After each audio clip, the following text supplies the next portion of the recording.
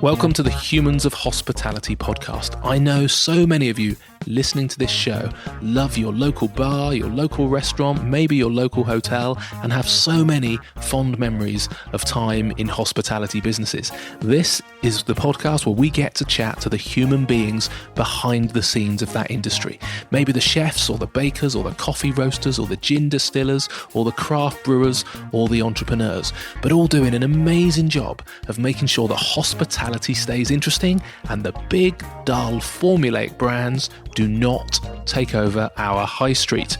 Please enjoy the show.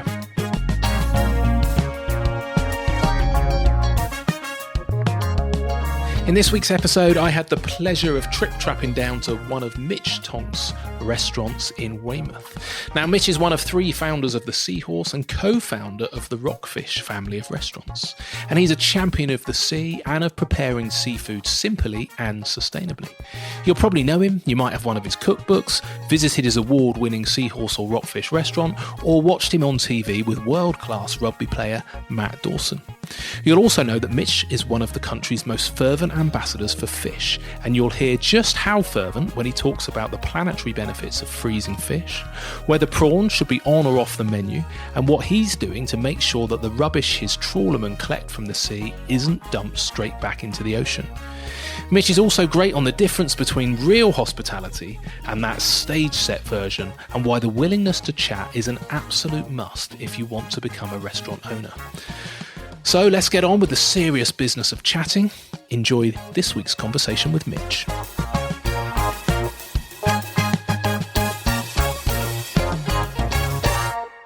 Mitch Tonks, thank you so much for sparing the time to come on the podcast. Much appreciated. Pleasure. It's good to be chatting to you, Mark. Can you just explain, Mitch, where on planet Earth are we for the listeners, please? We are sat in the new Rockfish restaurant on the Esplanade in Weymouth, overlooking the beach, and it's a glorious, glorious sunny day. It is literally beautiful, sun streaming through. So peak season, how long have you been open here? This restaurant's been open 7 weeks, and it's been going really, really fantastically well. Yeah. And Weymouth is an extraordinary place, quite diverse.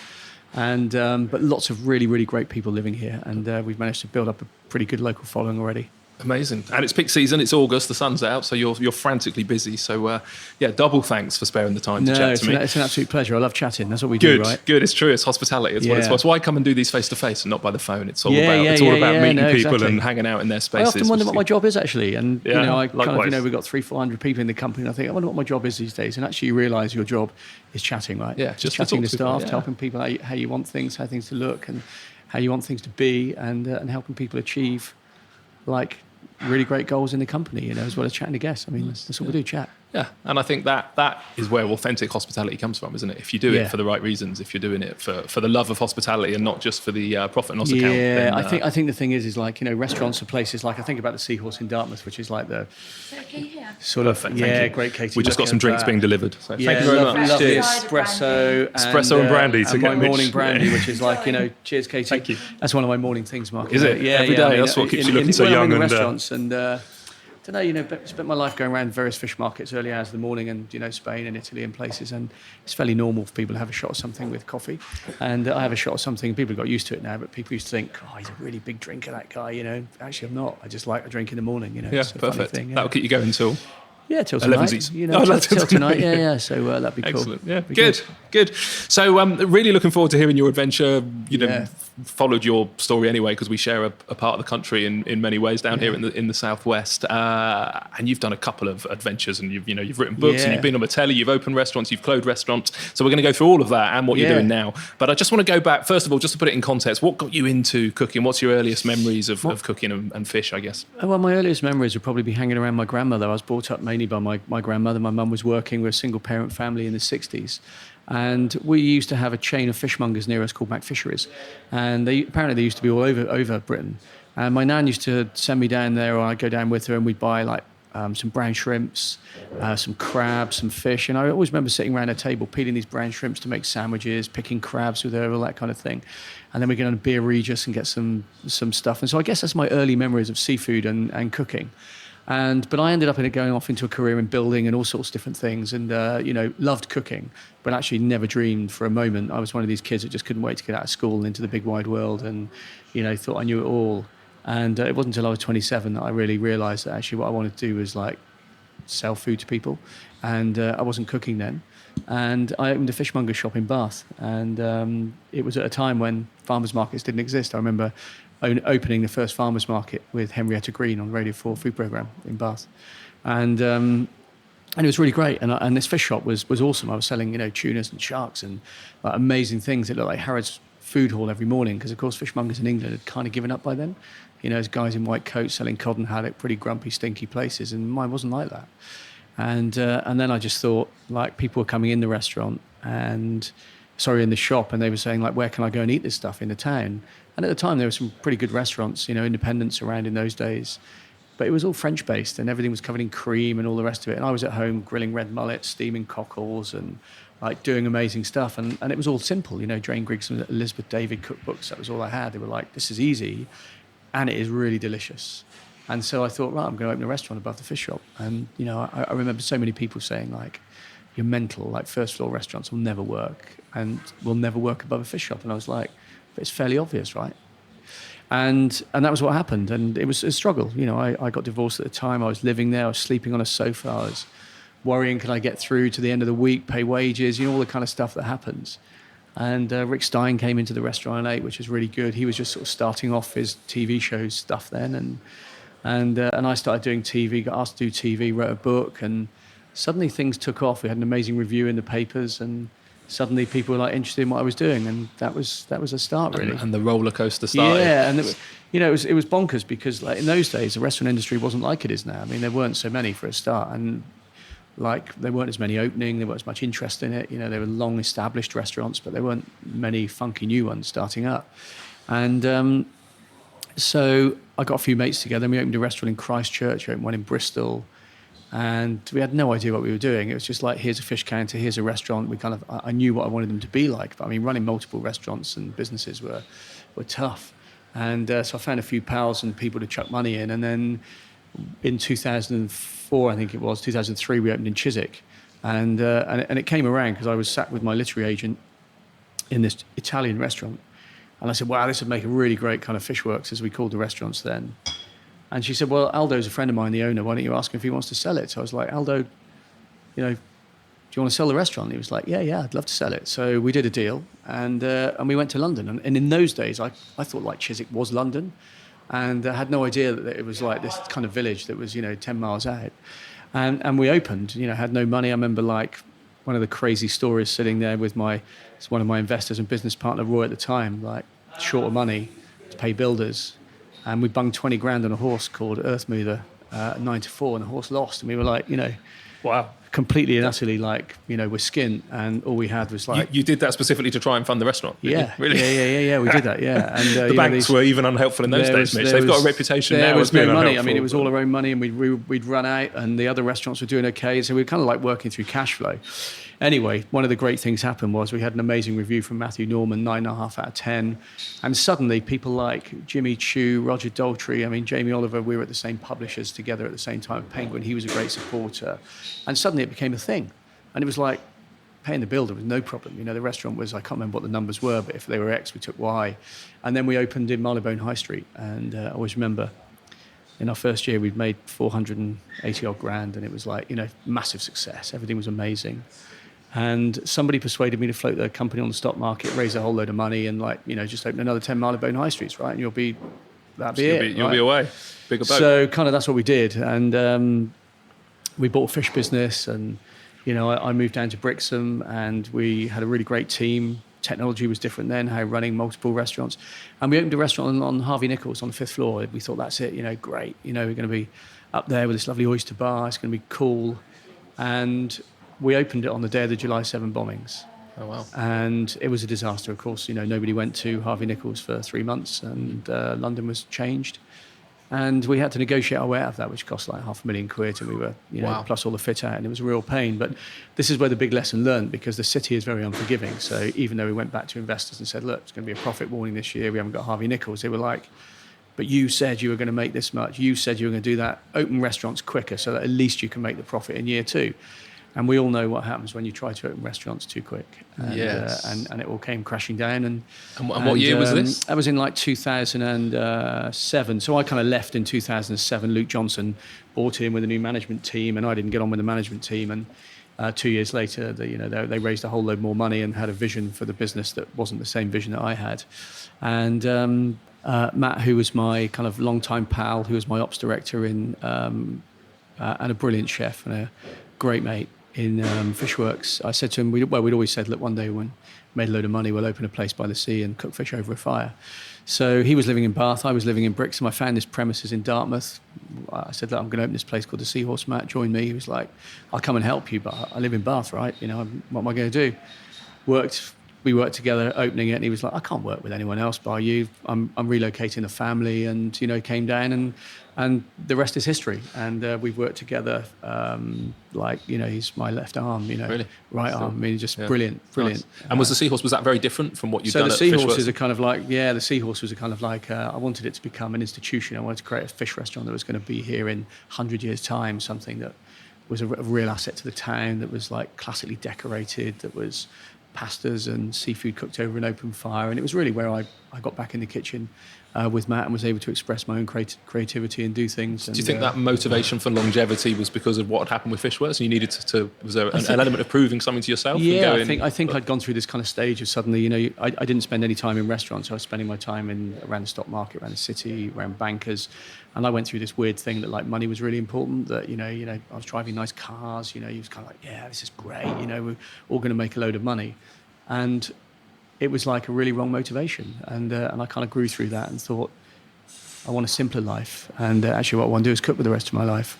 And that was what the Seahorse is all about, building this family restaurant. And in the process, I kind of realized I needed to make some more money. And I think as an entrepreneur, you never stop dreaming up ideas. It doesn't come a day when you kind of stop. It's not about money, it's just who you are. And Rockfish came around, which was, the idea was, why don't we open originally the idea was a fish and chip restaurant where you could come in and eat out of boxes inside a kind of beach hut, and it would be like really cool, like loads of fried fish, and it'd be brilliant. And that was a very different end of the market than Fishworks and Seahorse, I guess. Yeah, were both of those more premium? Or? Yeah, Fishworks was quite premium because you had a combination of a fish counter and a restaurant, and it was quite pioneering in the fact that you could buy fish to take away and you could have it cooked in. And the Seahorse is like, I wanted it to just be this sort of really felt like a family-run restaurant, felt like you just walked into the back streets of Venice or somewhere and like this place was here forever. And now the Seahorse has become that institution. We're 10 years in, we've picked up a whole load of awards. It's full night and day. It is that like community restaurant that people love. Jake, our head chef, who's been with us since he was an apprentice, and he's now head chef there. He's an amazing guy. And young Tits, as we call him, Matt, sous chef. I got him from college as a 17-year-old. He's now 22 as sous chef. My son Ben's been a chef for 10 years. He's he's been with us, and then he travelled. Then he went to work with Nevis at Sabor, and then he came back. So he's there. My youngest daughter and a boyfriend work there. Wow, nice. Front of house. So it's a proper family restaurant. There's a proper family restaurant, and we all, as a family, believe in this legacy of what we've created. We opened a bar there and a private dining room, and every day we focus on it being better. And people say to me like, "Could you open another one?" I'm like, "No." Well, I was just going to say, is that the reason that you didn't roll out Seahorse? It was Fishworks. It was deliberately different because it's a different. Fishworks was like, we thought the only way to grow a business in those days was like open lots of them, because that's what Pizza Express do and all those guys, and you're chasing big money. Nowadays, we open restaurants for very different reasons. But the Seahorse, the detail that goes into the Seahorse, the long days, it's hospitality, I think, at its absolute best. When guests are there at 4:00 drinking, you're still serving them, knowing that you're not going to get a break, because they want another brandy or they want another bit of cheese out of the kitchen, and one chef's left behind and one waiter's on the floor, and they have to lay up around that guests. And for me, that's what great hospitality is all about. And we have extraordinary people that work there that carry the baton now, really. Yeah, that's incredible, isn't it? Yeah, how many covers is it? It's 40 covers in the dining room, and we will occasionally lay up the bar, and then we've got a private dining room, which is for 14 people with its own kitchen. Nice. And we have grills on the street. I mean, I marvel at it sometimes, and I look at the food there, and I eat there, and I drink the wine there, and I'm like, this is awesome. It's got a life of its own, which is really, really beautiful, which is, I think, that's when a restaurant really works. Yeah. Can you enjoy it? Can you sit in there and relax? Yeah, I never used to, but now I think, I was very clear a couple of years ago about saying, look, I don't cook anymore. Matt was really tied up with, obviously, he's got a very clever brain about systems and things like that. So he was fully involved with Rockfish. I remained cooking for a while. And in the end, it was like, Jake, this is your time. This is up to you guys. So there was a kind of handover period while you kind of make sure that everyone really understands the depth of what you're trying to achieve. And now I'm really honest about the fact that I don't cook.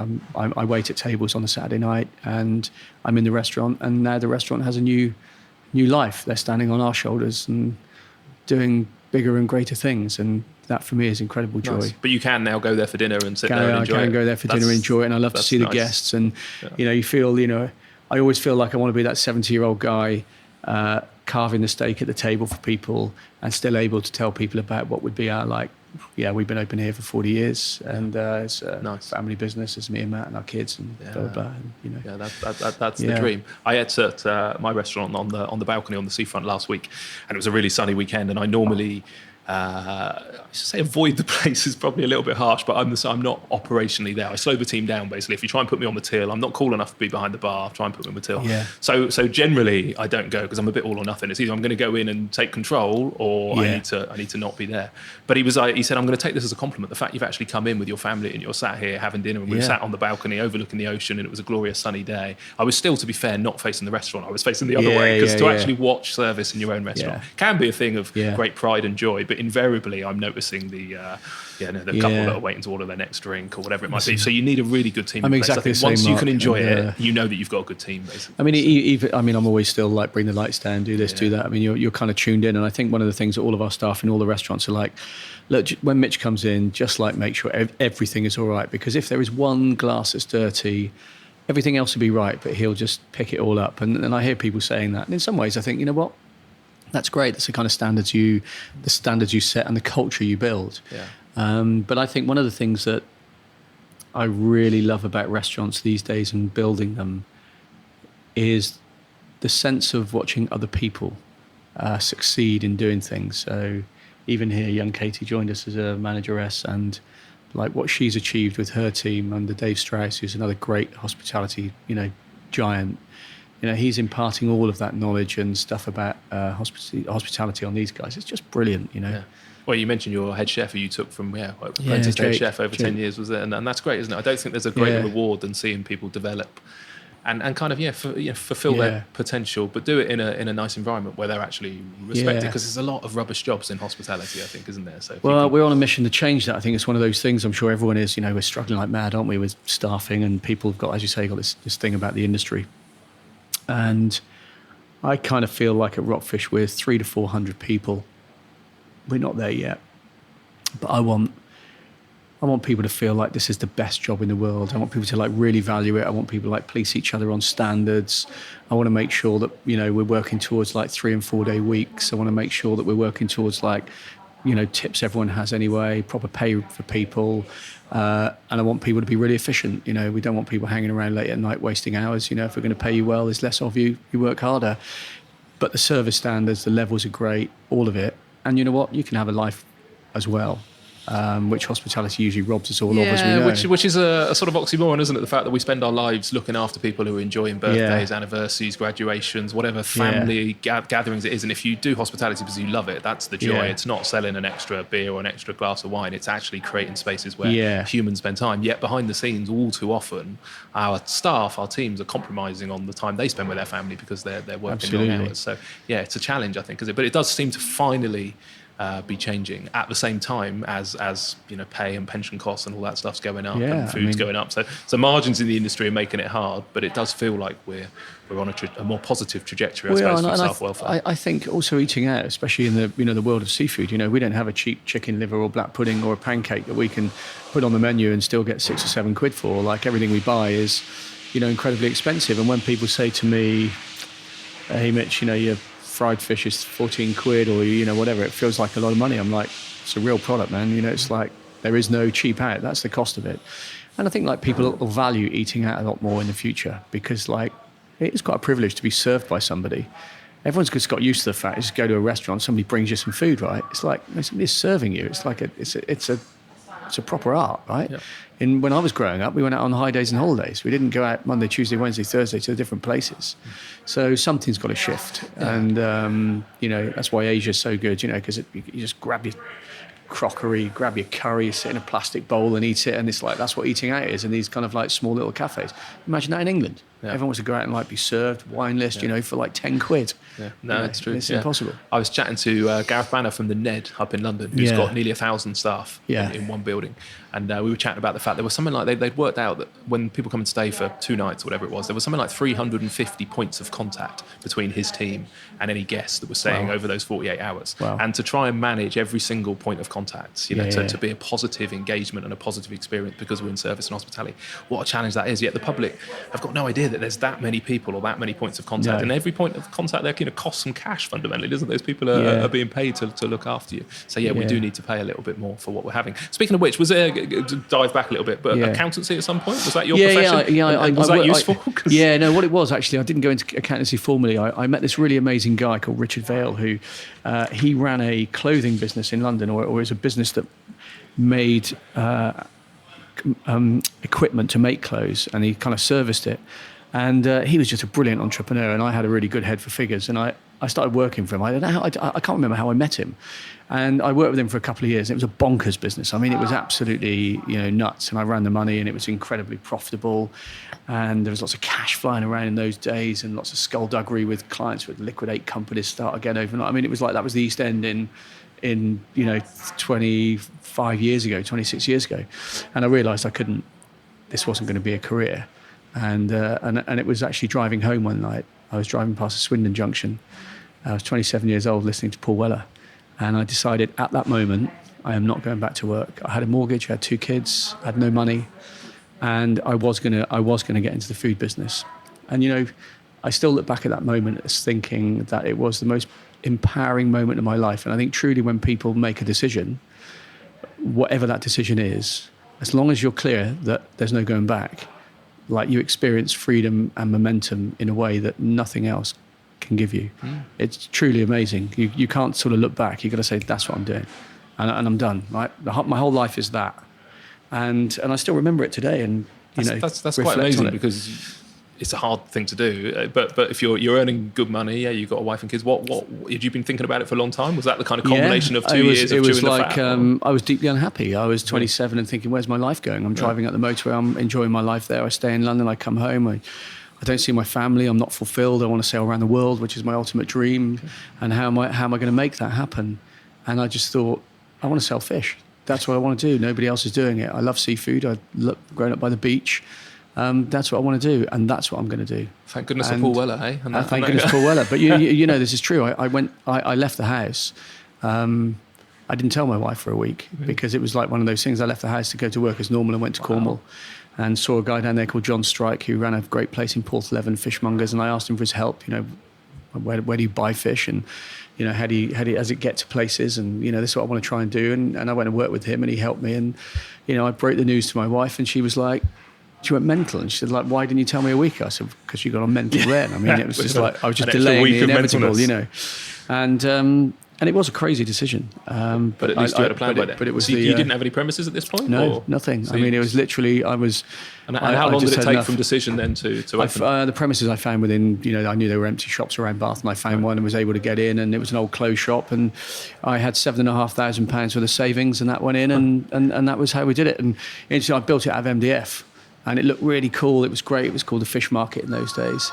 And I didn't realise the amount of water that you have in a fish premises running everywhere. So this whole place is built out of MDF, and within 12 months it melted. It's twice the size. It melted. And but those are learning curves, right? I mean, And then the supply chain, because you're not by the water in Bath either. So no, your fish just comes up. It just comes up overnight from Cornwall, and that was when I met the guys Nigel and.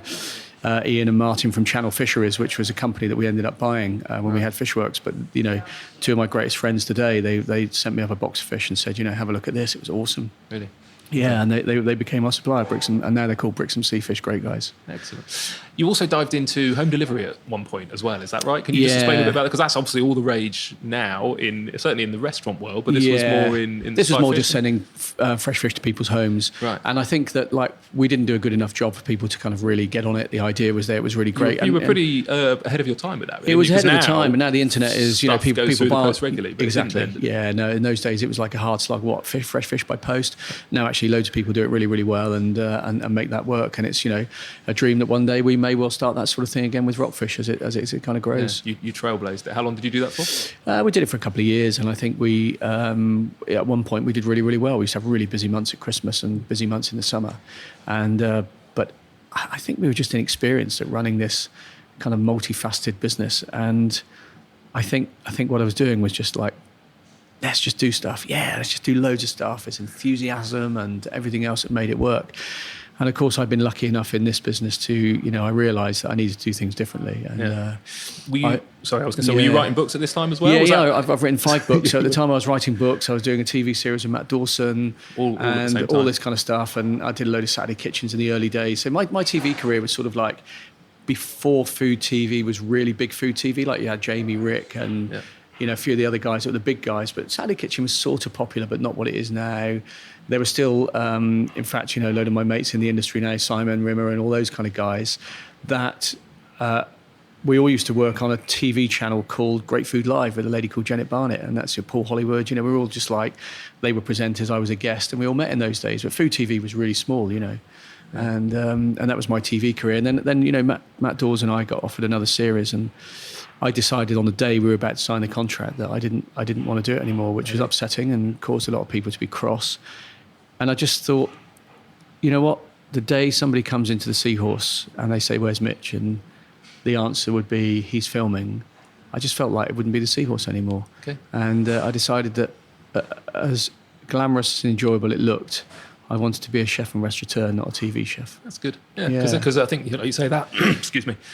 Yeah, that glamorous side of it. And to be fair, I was doing some research last night and getting ready for our chat. I watched some outtakes of you and Matt, which I think are on your website, and you had good rapport. You were very, very funny. So yeah, I can imagine that was a big decision to turn it down. It was, and Matt and I was really funny because it was a series I was doing, and the TV channel wanted to screen test me with some people. It was like Phil Tufnell, Brian Blessed, and then Matt Dawson, and we did it in the Chiswick restaurant. And Matt turned up, and he's like one of the most phenomenal guys ever. I mean, just really friendly, really amazing, made me feel at ease.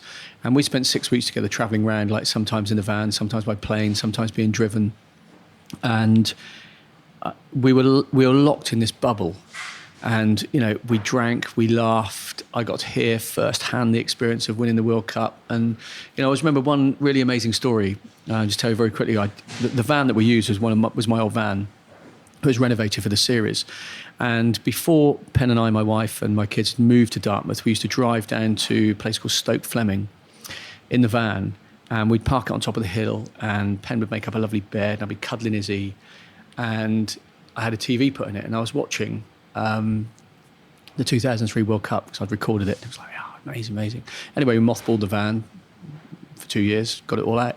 Me and Dawes are driving along together, and he was like, what's this CD in it? It's not playing anything. And I was like, you're not going to believe it, Matt. I said, but that CD is a recording of the World Cup final. Oh, wow. I said, I couldn't believe, in my wildest dreams, that the next time I was going to be in this van was incredible. With you. Yeah. And he looked at me and he said, do you think when I passed that ball to Johnny Wilkinson in my wildest dreams, I'd be sat in a van with a fishmonger? It was like, it's one of those kind of you were on different trajectories, one up, one down. Yeah. And it was awesome, and we just had the best time ever. And we drank a lot, and he's an awesome guy. Yeah, we did a show with him actually once. I saw some sort of record-breaking fish and chips attempt. We ended up cooking this huge halibut. I can't remember what the show was. It was some sort of food series, and it was extreme record-breaking attempt. And we had to cook this massive fish and chips, which we did in Bournemouth Square. And great, very very warm, very natural kind of hospitality, really chatty, good to talk to. The other kind of thing before we get back onto Rockfish. I'm getting my brands the right way round. I often do that. Luckily, there's a branded glass just in front of us there. But all the way through this, you seem to have been quite almost evangelical about getting people to understand fish and not be afraid of fish and to eat fish. Your book seemed to be aimed not at the kind of like the high level connoisseur, but really trying to, a lot of people seem to be afraid that fish is hard. But is that fair to say that all the way through you've wanted to open this up to kind of? I think there were two things at play really. One is that I never went to college to be a chef, and therefore I don't have any like preconceived ideas of how to cook something. And the other is like all my best seafood meals in the whole wide world have been sat at a table either in the Mediterranean or on my travels where I've had a plate of fried anchovies, I've had a grilled sole, I've had a crab, I've had a lobster, I've had a plate of pasta with some seafood, I've had some cured fish. None of it has ever been complicated to do. And I think the problem is the moment you kind of see seafood dishes that get incredibly complicated, you use the essence of what it's about. So everything I've ever taught people is like, if you can get a really amazing fresh mackerel, don't do anything with it. Put it under the grill, add some lemon, some salad with it, have something that's acidic to cut through it, some onions, some capers or something like that. You won't get a better meal. And to this day, I still believe those very same things. And they're the same principles that we apply at Seahorse and in everything we do, really. Yeah. I was at Hive Beach Cafe just down the coast a few days ago. Yeah, I went there last week for breakfast. I had mackerel, and my goodness, it was beautiful. So simple. I had a kip dish. of a breakfast there the other day. I was driving past and I was with some mates that had never been, my sailing buddies, and I was like, come on, I'm going to take you somewhere. And I sat down and had a kipper there from the Chesil Smokehouse.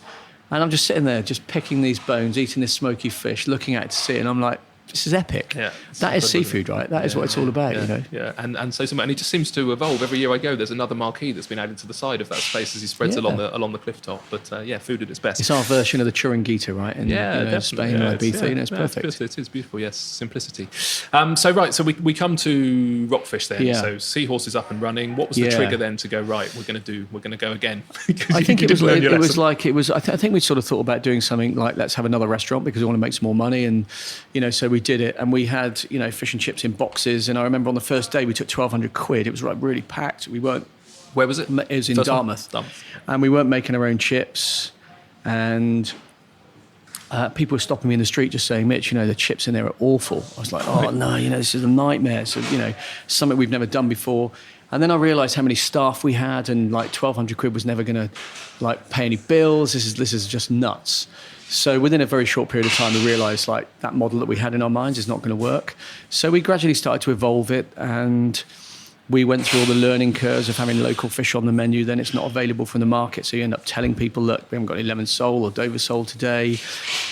Then we've only got a fryer, so how do we do everything that's not fried? So then we put a grill in, and then the grills were kind of okay, but more people enjoyed grilled fish than fried fish. And then we decided to put a planetary in, then we decided to put char grills in. And then we had a really unfortunate incident where we did some, we just put on our menus like gluten-free fish and chips, no problem. And I had a phone call from a guy that said, have you ever seen a 3-year-old girl with celiac disease that's eating gluten? She's in terrible pain. I'm in hospital with her. That's because of your fish and chips. And I was like, whoa, hang on a minute. I'm a chef. We fried it in hot oil. And he explained to me that the segregation needed to be like, if you were going to call yourself gluten-free, it needed to be proper. So at that moment, I just decided, right, you know what we're going to do?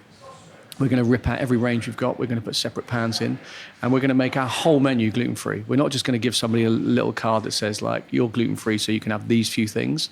Every single thing on the menu will be gluten-free. And we made a pledge, and then we got certified by the Celiac Association. And that's what we do at Rockfish. Every single thing on the menu is gluten-free or has a gluten-free option. So bread might be switched, but actually everything has got no gluten in. And it's amazing how many people appreciate it. So it was an involvement. And then there was all the environmental issues, and then we started supporting sportsmen because I wanted people to see the brand visibly. So we've supported young sportsmen that have ended up sailing around the world in the Volvo races. And then we ended up with a tablecloth whereby, we write on the tablecloth what's available each day so we can best the catch. And then I dreamed that we'd have a fish business, and so now we've got a fish business of our own. And then more recently, we've just gone into fishing boats. So a fish business as in wholesaling. As in, no, we only buy it for ourselves and do it and work with one other company, right. And that's it. But along the way, there were some real important points, which were I realised that I needed money, and I also realised that I needed to have a really good board of directors. So Henry Dimbleby was a really good friend of mine. He used to come down a lot, and I approached Henry and said, Henry, we were in Borough Market and had a coffee, and I said, look, would you join me and help me build a board together?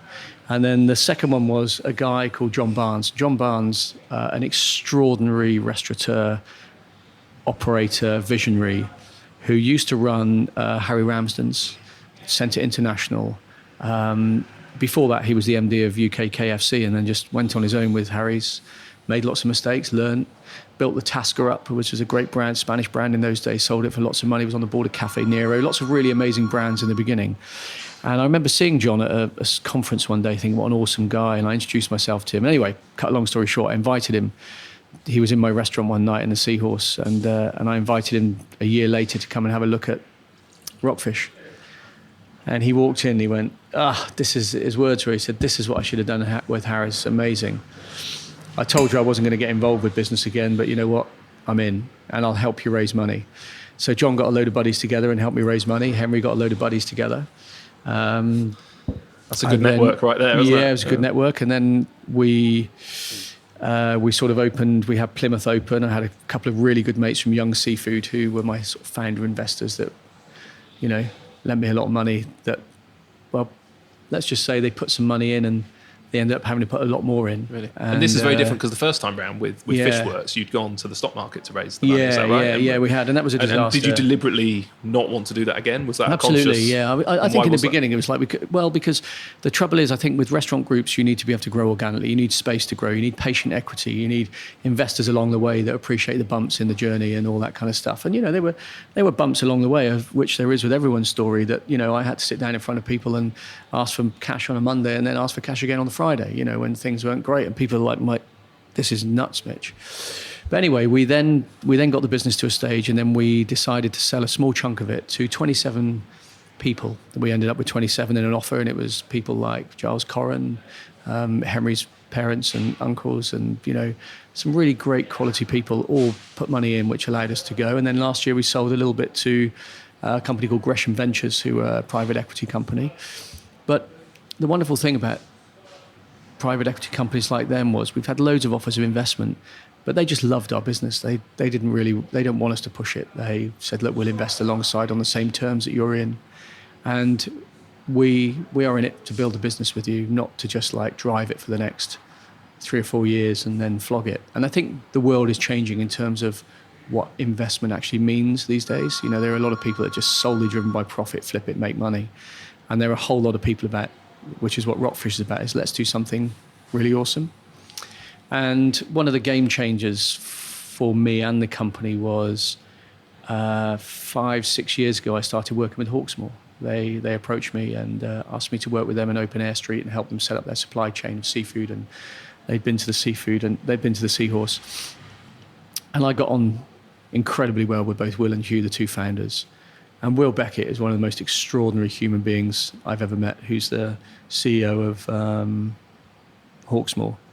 And I said to him one day, we were on a Hawksmoor away day at Coombshead Farm, and I was saying, I'm looking for a chairman.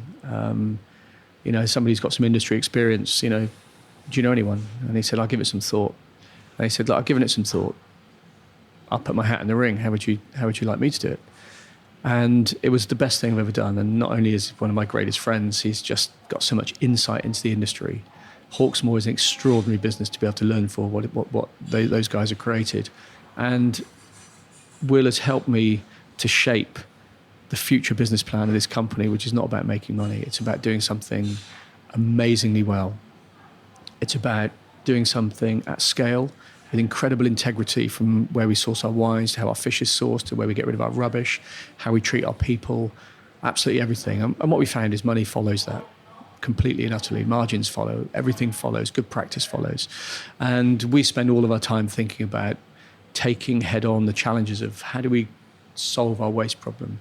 How do we get fish direct from boats? Well, let's just start investing in fishing boats. Let's just start investing in mussel farms is some of the future and the things that we want to do, so that eventually we can end up with a business that's totally fully integrated. And we're on the way now of doing that. And I think if, you know, we could have a legacy of 25 restaurants all in areas like Weymouth, like Brixham, Nobody would ever invest in those areas before. But for me, it's obvious, sitting over the sea, eating seafood, right? I mean, it's just like going back to where I started.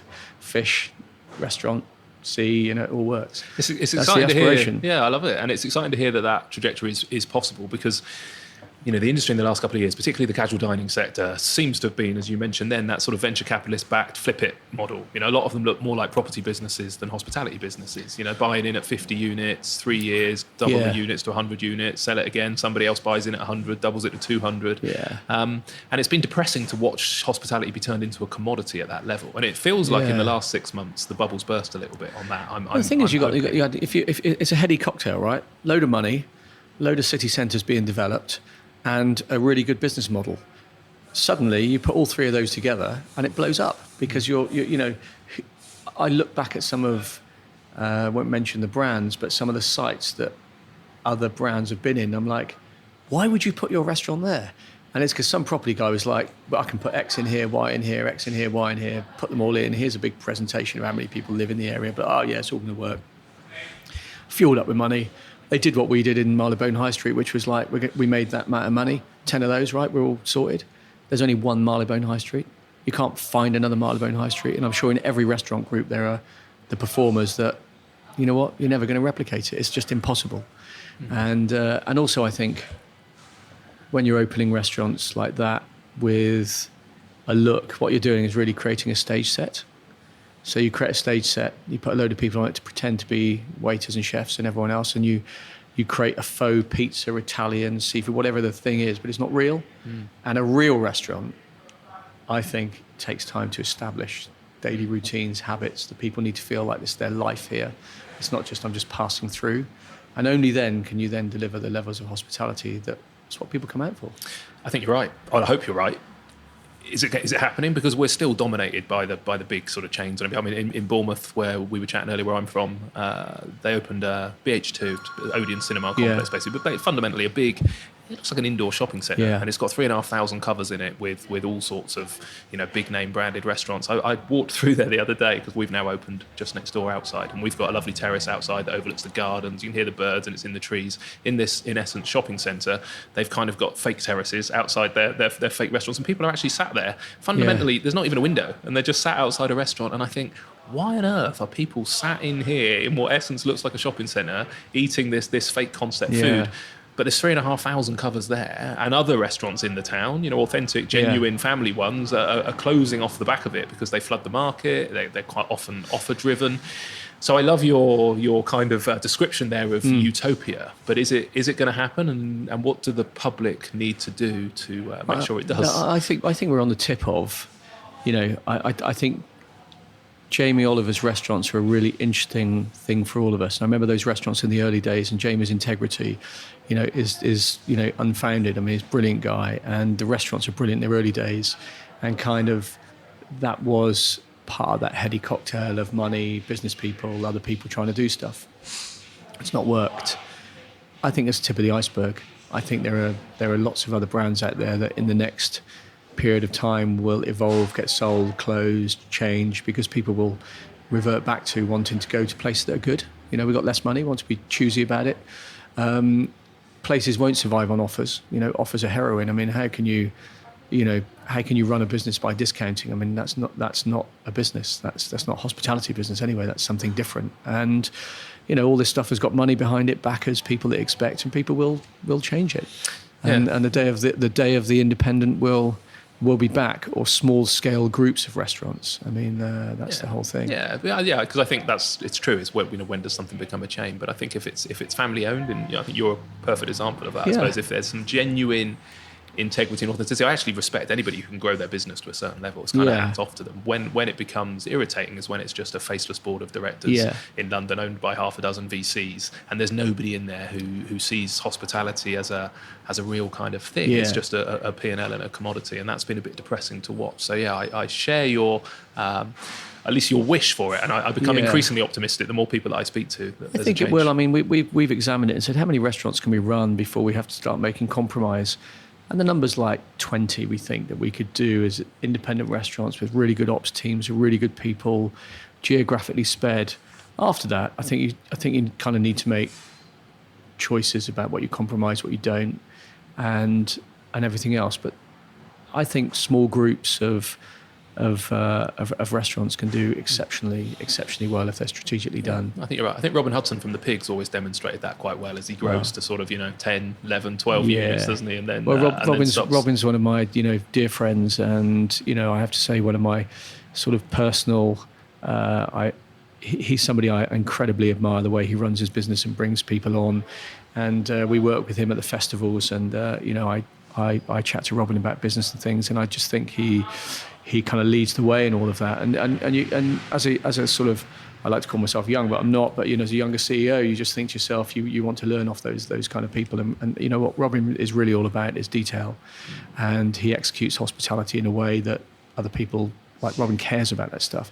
But more importantly, you meet his young people in the teams, and they have Robin's ethics, enthusiasm, desire for hospitality, and he's just created that culture, and that's what businesses have to have. Yeah, that's nice. We interviewed James a couple of weeks ago, James Golding, his exec chef or group chef, and showed me around the Pig on the Beach, and what they've created there, the amount of space. The kitchen garden was just stunning. It's out of this world, isn't it? Yeah. Beautiful, yeah. And the opportunity for the chefs to stay long term and to learn about where those plants come from, and just a bit of walk into that garden in the morning and pick some fresh plants and amazing, stuff like that. Phenomenal, yeah. So if you end up with your own fishing fleet, and he's got his own kitchen garden, then great. Well, that's what I think is it's doing it right. I think the thing is doing something with integrity at every level, and not just telling people, oh, I get this from here, I get this from there. It's like doing it. It's like, because everyone can get this from here and this from there. It's like, be it, live it, do it, deliver it. All of that stuff is important. I've always said to my team that fundamentally, even though I've had to delegate, who's phoning up at 11 o'clock at night and putting the order through to the various suppliers, is that they need to imagine that I have to be able to look every customer in the eye and tell them the truth and tell them. And sometimes we may not be able to source the product we said we were going to source. There might be a supply challenge. Fish is a great example, because sometimes it's just really rough out on the ocean for a few days, isn't it? And you come in on a Tuesday after a bank holiday weekend, and we're kind of like, look, the boats didn't go out. And actually, also, I want to touch on that around the kind of the supply route, I suppose, and around sustainability, because you've been doing this now a long time, 20, 30 years. Has that changed? Was sustainability of fish important in the early days, or at least recognised their importance, or does that seem to have gained a lot of momentum in the last? It really wasn't, Mark. It was, I remember fish arriving there, and its abundance, wild salmon, all sorts of things that I get from the River Wye that you don't get anymore. And I think in the 30, well, is it 30 years? No, it's not quite 30 years, 25 years that I've been involved with seafood.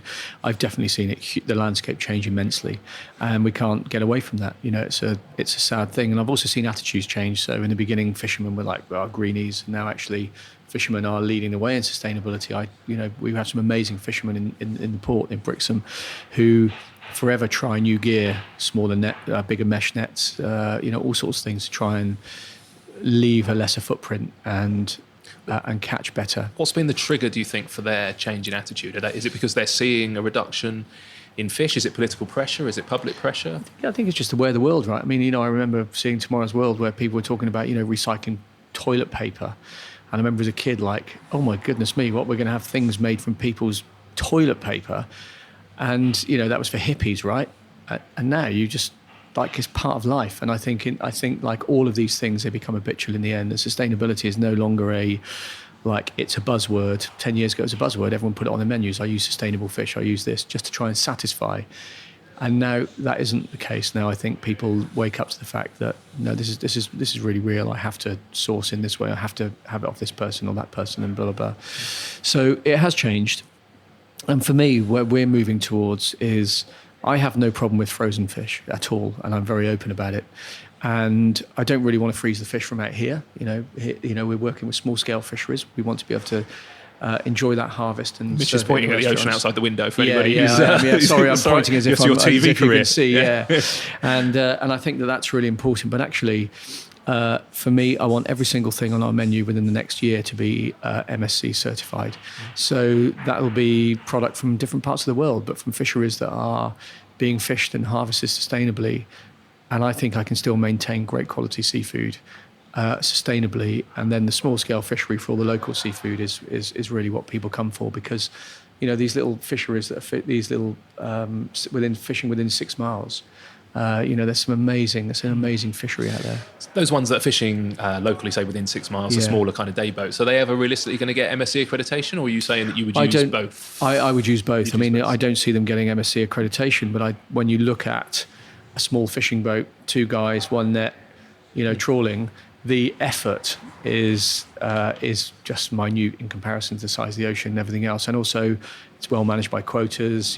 Nick, our guy who skippers the trawler that we just got involved with, he's just such a forward-thinking fisherman. He emailed me this morning saying, I landed last night, I had 4 trays of rubbish, other people's nets, crap that I'd fished from the ocean. I brought it back to the harbour, and I said to the guys, where can I put this? And the harbour authority said, there's no facility here for dumping, you have to take it back out to sea. And that's currently the way things are. We're going to change that. Today there'll be a bin, a rockfish bin on side. Nick brings back rubbish, he puts it in there. And these are the kind of habits that I think, will have to change over the next few years. Yeah.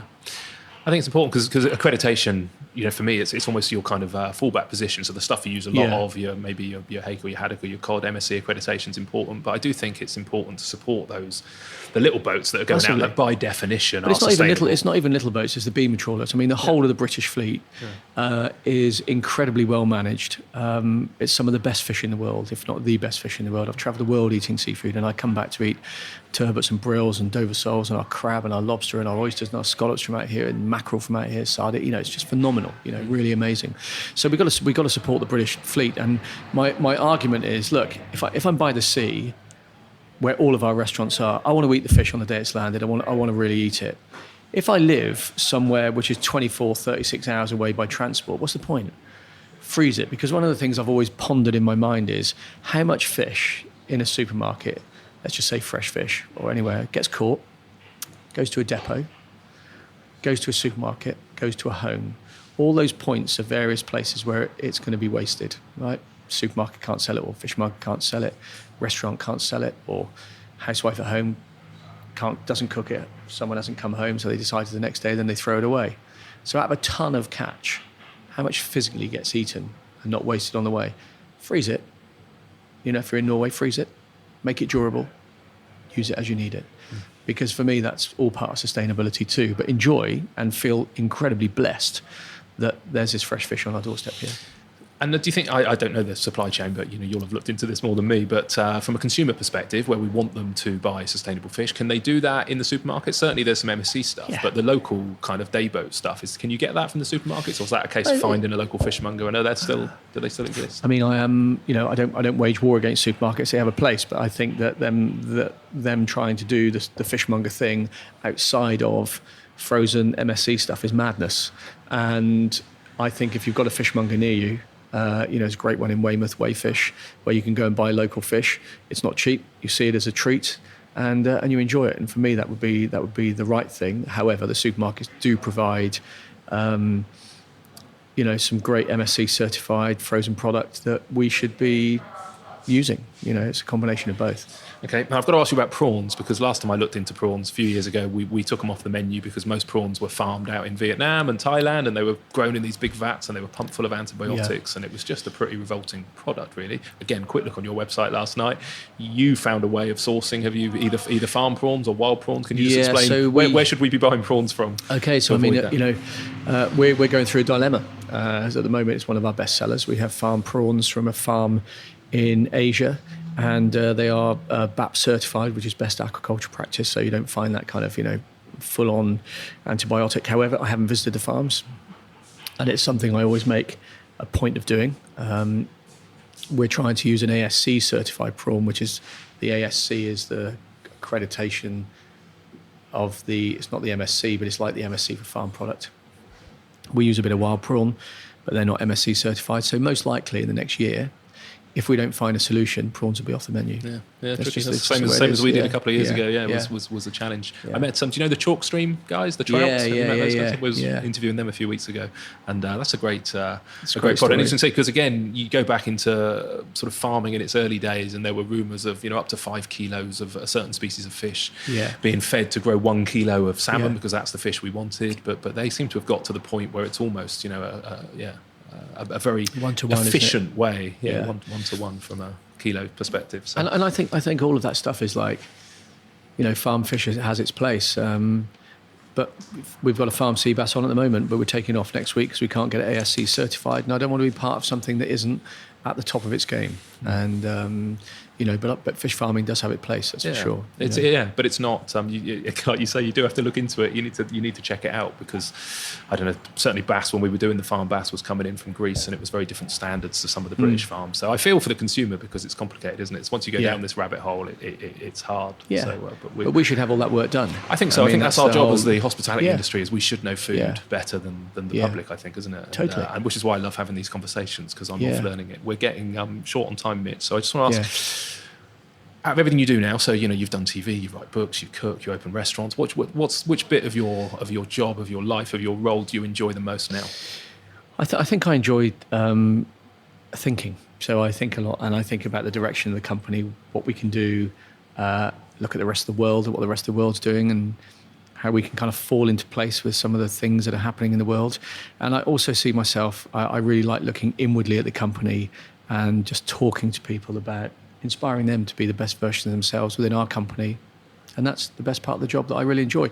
And also waiting tables in the Seahorse, I still love that kind of like grounding of actually talking to customers, because that's why I got into the business of talking to people. Do you get given a much smaller section than the other waiters and waitresses? Because you talk. I'm actually made to look really good. They're very gracious guys. I'll pick up the odd plate. I'll take the odd order. But behind me there, I'm like the swan gliding around, looking like I'm really busy, but doing a great job. And I'm very grateful for that opportunity. Over the years, my section would get smaller and smaller as people realise that fundamentally, and I think it's the way if it's your restaurant and you like hospitality, is you go to the first table, you end up practically sitting down and joining them for a glass of wine. How's it going, Mark? And you go, it's really good. And you chat, and they learn very fast. They're like, just give Mark 2 tables, and now they're like, okay, give him no tables, and he'll just go around and wander around and chat to people. But Mark, that's so important, right? Because if I come into your restaurant and you're there and you're like, hey Mitch, how are you? Have a glass of wine on me, or sit down, I'll be over in a minute. Then I'm made up. Yeah. And I think the problem is with the stage set restaurants that we talked about earlier, it's like, whose restaurant am I going to? I remember a quote I read somewhere that somebody said, what's your favourite restaurant? And the line was, anywhere that knows me. Because the reason we go to restaurants, the reason we take our friends to restaurants, when you walk through the door, someone says, Mitch, do you want, where do we go to the local pub? Usual beer, mate? Yeah. And your friends are like, they're treating him so amazingly well. Yeah. And that, I think, is what good hospitality is about. Old school hospitality. Yeah. And then anybody who's looking to maybe get into the sector, any really good advice or really bad advice that you've been given over the years, or that you give to people who are thinking about doing this for a living? You mean people who are opening a restaurant or just coming into the sector? Yeah, or anywhere in food and beverage, really. I think a lot of people listening kind of get excited, and they'll be doing that thing of going, you know what, I'm not enjoying my accountancy boring job life. I want to go and do this. It's got a really high reputation for failure rates. 80% of F&B businesses, something like that, fail in the first 24 months.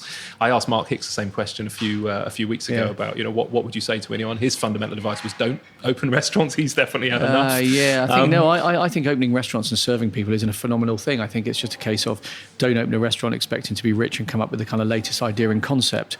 But if there is something inside of you that has that wonderful human gift of, I love to see other people smile and I love to just give people a really great time, then go and open a restaurant. Go back to the old days where the husband cooks and the wife's at the front.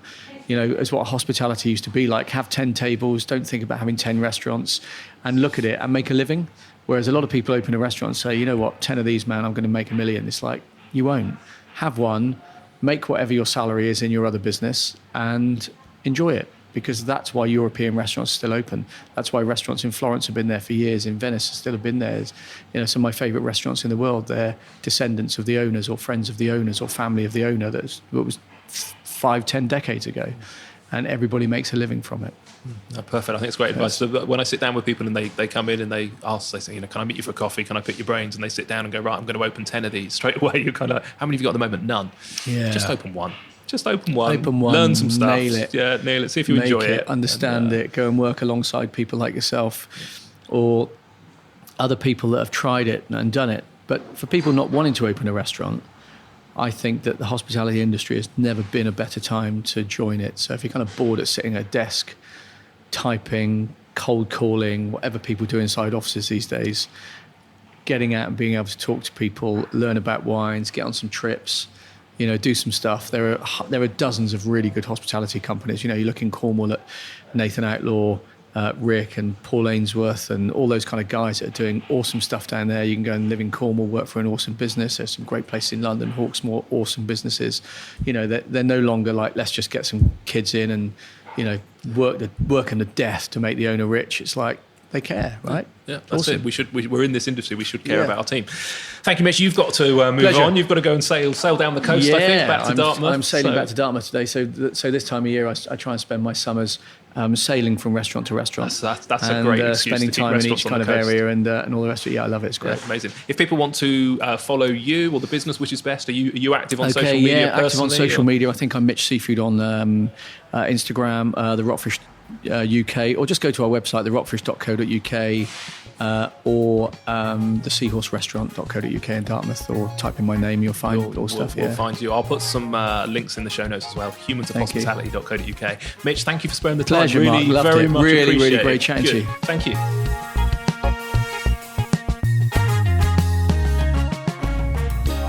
So there you have it. You have reached the end of another episode of the Humans of Hospitality podcast. Thank you so much for listening. Please go and visit our website, humansofhospitality.co.uk, for the show notes and extra episodes and information. And whilst you're there, don't forget to sign up for our newsletter and to receive free materials all about the humans behind our incredible industry. Lastly, if you could subscribe, rate and review this podcast, you will be massively helping me out, and it would be hugely appreciated. Thank you so much. We'll be launching another podcast in just 7 days' time. Cheers.